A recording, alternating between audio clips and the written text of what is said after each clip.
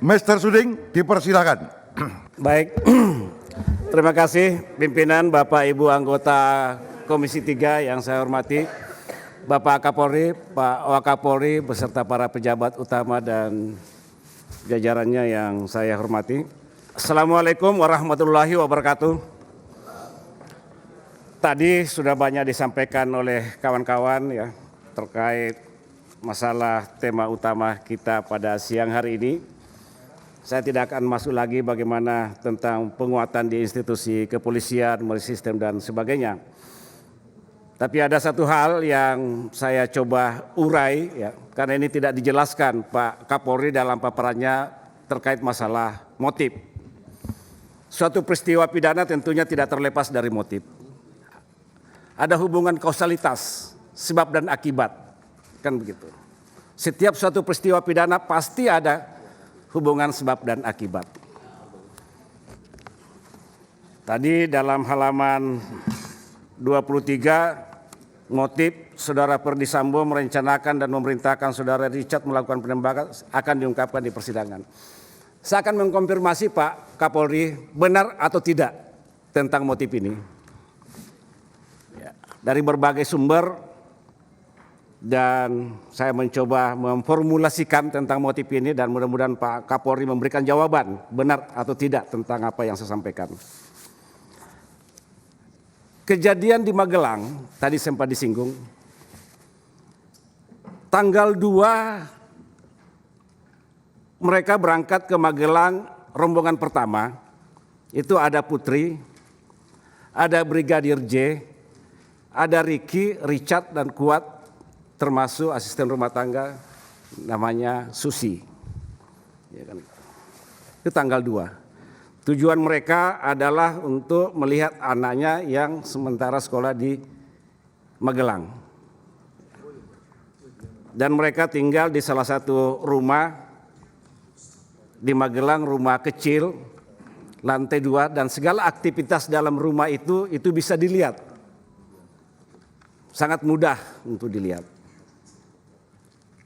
Lalu kemudian tanggal 4 ada kejadian. Ada kejadian di mana Brigadir J ya, atau pada siang hari si Putri tidur di sofa di ruang tamu. Lalu kemudian datang Brigadir J ingin membopong, katakanlah seperti itu, mengangkat Putri untuk masuk dalam kamar. Melihat kejadian itu si Kuat membentak si Brigadir J agar tidak melakukan itu dan menyentuh ibu. Lalu kemudian mengurungkan niatnya. Tanggal 6 Ferdy Sambo menyusul dan ingin merayakan hari pernikahannya pada malam hari. Bergabunglah mereka di sana, di Magelang. Besok paginya Ferdy Sambo pulang ke Jakarta, balik tanggal 7 pagi. Lalu kemudian ada kejadian pada sore hari. Jam 17.30 menjelang maghrib. Ini sebenarnya pemicu. Saat itu Brigadir J masuk dalam kamar, Putri di lantai 2, dan keluar dari kamar dilihat oleh Kuat. Mengendap-endap, lalu kemudian ditegur. Kenapa masuk ke kamar ibu? Kemudian lari. Mendengar ada tangisan di dalam kamar oleh Putri, didengar oleh Kuat, didengar oleh Susi. Lalu kemudian ingin mengkonfirmasi apa yang sedang terjadi, apa yang sedang dialami oleh Putri. Lalu kemudian Kuat menyarankan ke ibu agar kejadian ini dilaporkan ke Ferdy Sambo. Malam harinya jam 11 malam Putri melaporkan apa yang dialami ya, pada sore hari itu ke Sambo lewat telepon. Karena pada jam 7.30 ya menjelang maghrib melihat ibu dalam kuat melihat ibu dalam posisi nangis, pakaian acak-acakan dan sebagainya sambil menangis. Tolong saya disampaikan benar apa tidak tentang informasi ini, tentang motif ini.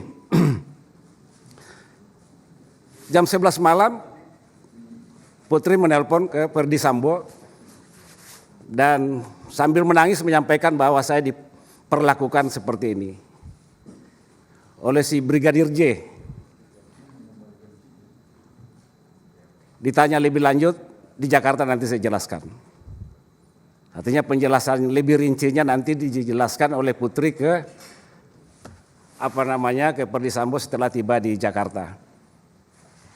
Mereka berangkatlah tanggal 8 berangkat pagi dari Magelang ke Jakarta. Tiba di rumah Saguling sekitar sore hari. Dikonfirmasi. Boleh jadi juga Ferdi Sambo mengkonfirmasi kepada para ajudan pada saat di Magelang apa yang dialami oleh ibu. Sehingga muncul kemarahan. Emosi dan sebagainya saat itu. Tiba di rumah Saguling, dikonfirmasi apa yang dialami oleh ibu. Ternyata diceritakan semua apa yang dialami tanggal 4 lalu kemudian tanggal 7 itu. Marahlah si Ferdi Sambo, murka, hilang akal sehatnya sebagai bintang 2, yaitu di luar nalar kita. Diajaklah mereka ke Duren 3. Di Duren 3 terjadilah pembunuhan ini yang dilakukan oleh Richard dan juga oleh Sambo. Setelah merasa bahwa dia harkat dan martabat, kehormatan dan harga dirinya sebagai suami dilecehkan sedemikian rupa. Malam harinya Sambo melaporkan kejadian di Duren 3. Pada titik ini saya ingin mengkonfirmasi benar apa tidak tentang kronologi ini. Itu satu. Lebih rincinya bisa saya jelaskan. Tapi secara garis besarnya begini Pak Kapolri. Supaya berita di luar tidak simpang siur. Ini harus dijelaskan Pak. Karena peristiwa pidana tidak bisa dikatakan oh ya nanti di sana dijelaskan dan sebagainya. Ini ada hubungan kausalitas, sebab dan akibat. Dan dalam hukum pidana kita kenal itu. Bisa Pak? Bisa. Saya langsung konfirmasi. Benar apa tidak tentang kronologi ini? Jadi kalau bertanya pada mitra lewat sini dulu Pak. Oke, lewat pimpinan. Ya. Diizinkan.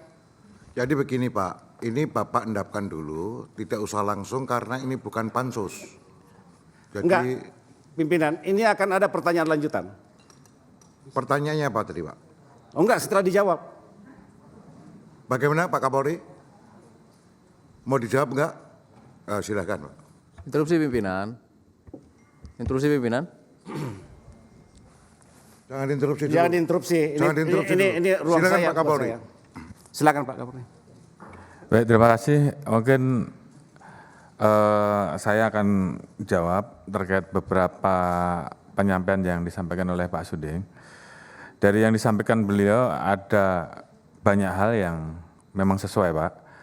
Namun mohon izin terkait motif ini kami sementara sudah mendapatkan keterangan dari saudara FS. Namun kami juga ingin memastikan sekali lagi untuk memeriksa Ibu PC. Oke. Sehingga nanti yang kami dapat apalagi pada saat posisi beliau sebagai tersangka apakah berubah atau tidak. Oke. Dengan demikian kami bisa mendapatkan satu kebulatan terkait dengan masalah motif. Terima kasih. Baik. Jadi pada intinya Jadi cukup kronologi mengandung kebenaran, tapi untuk lebih diperdalam setelah diperiksa Ibu PC. Baik. Terima kasih Pak Kapolri. Karena ini perlu penjelasan Pak, supaya ini berita di luar tidak simpang siur, ada LGBT lah, ada inilah. Masyarakat kita sangat mudah mengkonsumsi berita-berita hoax gitu loh. Seperti ada temuan uang 900 M di rumah Ferdi Sambo, apa betul itu terjadi? Apa benar ada penemuan seperti itu? Apa benar polisi melakukan penyitaan? Apa benar ada angka seperti itu? Mohon dijawab Pak Kapolri. Interupsi pimpinan. Pak. Interupsi pimpinan. Sebentar, Pak Ketua. Interupsi pimpinan. Sebentar, Pak. Enggak, Sebentar, Pimpinan. ada tata tertib dalam MD3. Ketika seorang anggota menanyakan terhadap sesuatu mitra, itu tidak bisa diinterupsi oleh anggota. Ingat itu. Silakan Pertanyaan dilewatkan di sini, jangan diinterupsi. Jadi kita sama-sama tahu tata tertib. Kalau Sebentar langsung- pimpinan, saya hanya meluruskan dan disampaikan. Tidak bisa, tidak bisa Suding. diluruskan ketika ada pertanyaan sebuah anggota. Bukan, saya tidak meluruskan Pak Suding. Saya interupsi pimpinan tadi. Saya tidak menteruskan Pak Suding. Ketika ketua bicara, saya interupsi. Jadi saya tidak menginterupsi anggota. Saya menginterupsi pimpinan. Kalau tidak diperbolehkan interupsi pimpinan, apa dasarnya? Terima kasih. Saudara Johan Budi, mekanisme rapat kita, rapat dengar pendapat itu dipimpin oleh pimpinan. Pimpinan mengatur jalannya rapat. Oleh karena itu setiap mitra ketika sedang berbicara harus lewat sini. Prosesnya Pak Suding sedang bertanya sama Pak Kapolri. Pertanyaan langsung kayak begini juga lewat di sini. Nggak bisa langsung juga. Kecuali kalau itu pansus angket. Yang sudah disumpah. Ini enggak. Baik, Jadi ini izin. Lewat Apakah pimpinan. Pak, sebentar dulu Pak. Bapak masih mau melanjutkan pertanyaan pada saya Pak akan Kapolri? lanjutkan. Ya? Lewat pimpinan. Yes, oke. Makasih. Terkait dengan berita yang viral, ini menurut saya ini perlu ada kejelasan Pak. Ya, ini perlu ada kejelasan Pak Ketua, supaya masyarakat kita tidak lalu kemudian disuguhi dengan berita-berita hoax yang memang sengaja di framing dan tujuannya memang seperti apa yang dikatakan oleh Pak Desmond tadi atau siapa tadi. Agendanya adalah untuk merusak institusi kepolisian. Pintu masuknya lewat kasus Sambo, seperti kata Pak Arteria. Ada agenda seperti itu. Jadi kita jangan melihat hanya sekilas bahwa kasus ini, tapi ada agenda besar di balik ini. Nah itu kita tidak inginkan. Institusi kepolisian ini dirusak sedemikian rupa oleh pihak-pihak luar yang tidak bertanggung jawab. Nah, makanya kita minta dari tim cyber supaya proaktif melacak pihak-pihak yang tidak bertanggung jawab ini untuk merusak institusi negara seperti institusi kepolisian. Itu terkait menyangkut masalah temuan uang, banker dan sebagainya. Saya minta juga penjelasan dari Pak Kapolri tentang hal ini karena ini menyangkut ini viral dan ini juga merusak institusi. Seakan-akan ini institusi kepolisian pengumpul duit haram apa segala macam. Ini kan arahnya ke sana Pak Ketua. Berita-berita seperti itu, ya kan. Itu selanjutnya Pak Kapolri.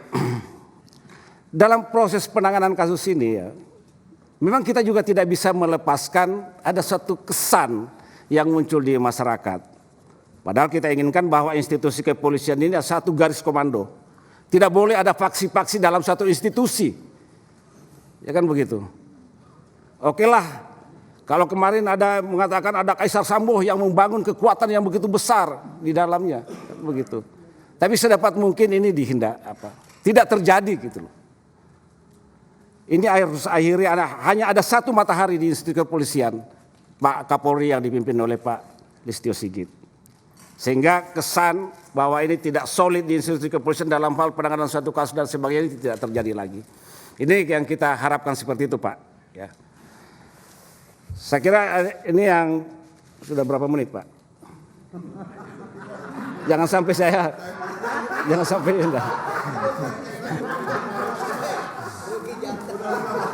Ini bukan. Baik, sementara itu Pak Kapolri. Ya. Assalamualaikum warahmatullahi wabarakatuh. Terima kasih Pak Suding.